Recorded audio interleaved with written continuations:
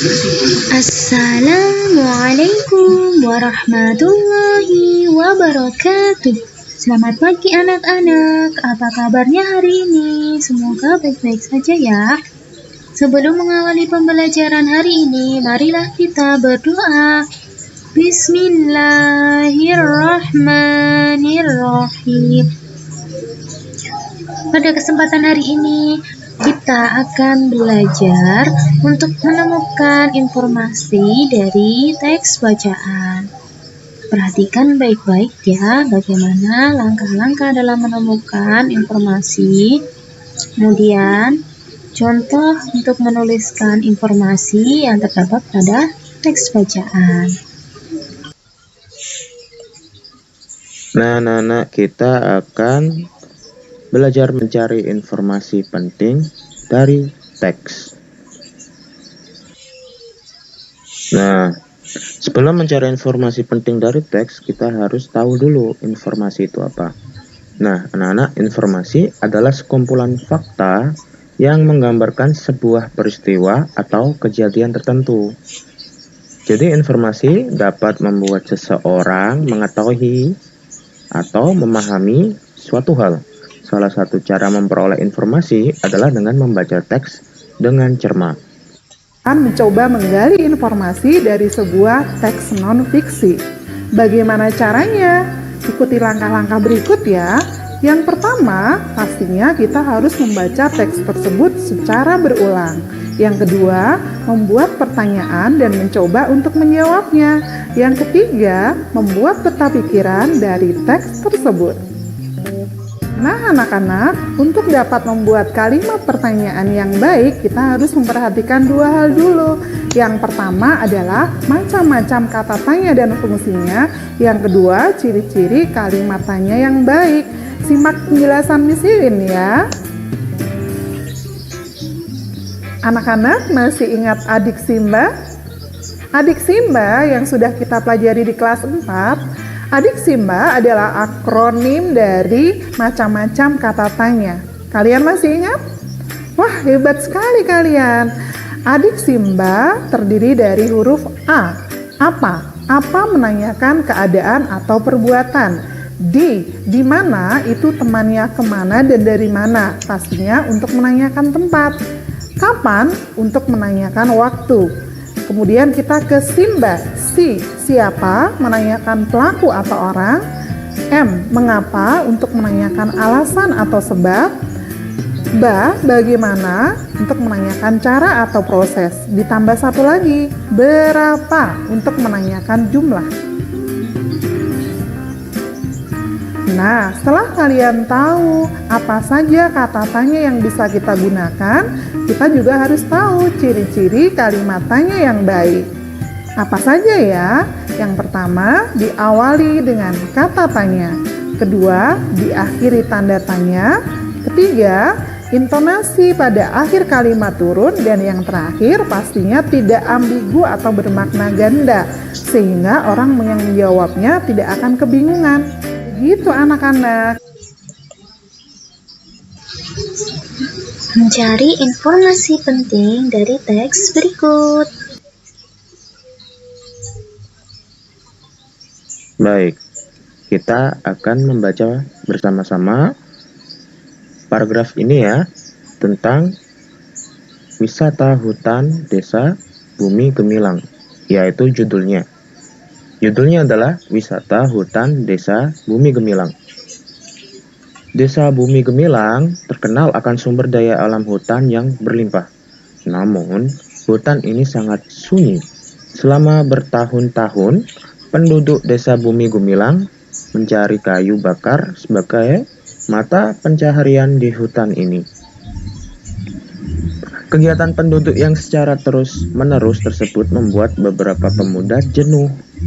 Menurut mereka, hutan di desanya sangat indah dan berpotensi untuk dijadikan hutan wisata.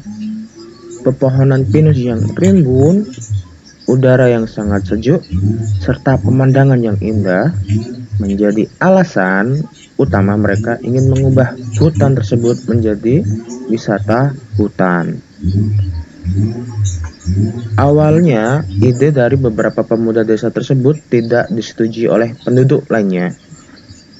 Mereka beranggapan bahwa hutan ini terlalu sunyi sehingga tidak akan banyak wisatawan yang mau datang ke hutan ini.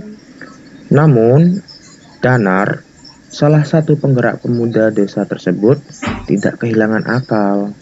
Ia mengumpulkan foto-foto serta video yang berisi pemandangan alam di sekitar hutan, lalu mengunggahnya ke media sosial.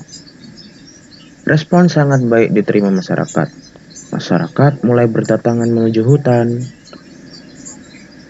Mengetahui semakin banyak pengunjung, penduduk desa pun membangun sarana dan prasarana yang mereka perlukan, seperti toilet umum, jalan, dan menjual cenderamata.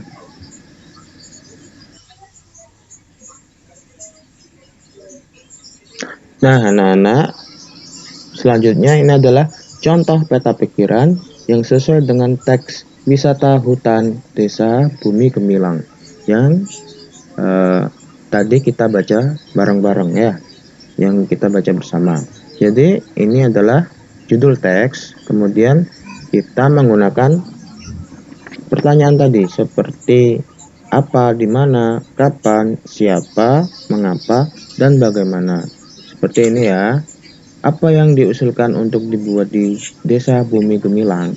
Setelah kita membaca teks tadi, kita mengetahui jawabannya adalah hutan wisata diusulkan untuk dibuat di Desa Bumi Gemilang. Kemudian, ini ada siapa yang mengusulkan dibuatnya hutan wisata. Jadi jawabannya adalah para pemuda Desa Bumi Gemilang mengusulkan dibuatnya hutan wisata. Kemudian ada mengapa. Mengapa para pemuda mengusulkan dibuat hutan wisata? Karena mereka jenuh dengan mata pencaharian mereka yang hanya mencari kayu bakar di hutan. Kemudian ada bagaimana. Bagaimana cara Danar, salah seorang pemuda, memperkenalkan hutan wisata di Desa Bumi Gemilang kepada masyarakat luar. Danar mengumpulkan foto serta video pemandangan di alam hutan, lalu mengunggahnya ke sosial media. Jadi anak-anak, ketika kita membaca teks, kita harus membuat pertanyaan ya, seperti tadi. Apa, di mana, kapan, siapa, mengapa, dan bagaimana yang digunakan untuk membuat peta pikiran atau mind map.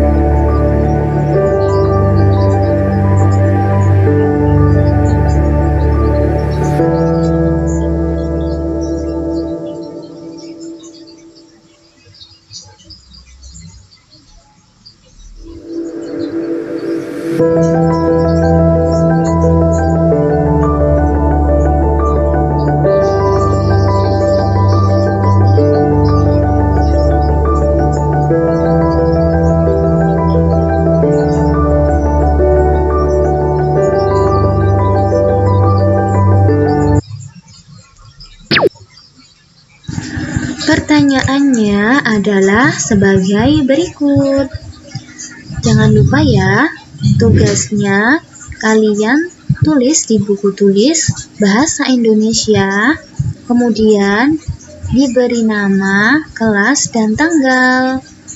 Selanjutnya, anak-anak kirimkan foto hasil mengerjakan tugas ke Bu Rahma. Sekian dari Bu Rahma, sampai jumpa lagi anak-anak. Wassalamualaikum warahmatullahi wabarakatuh.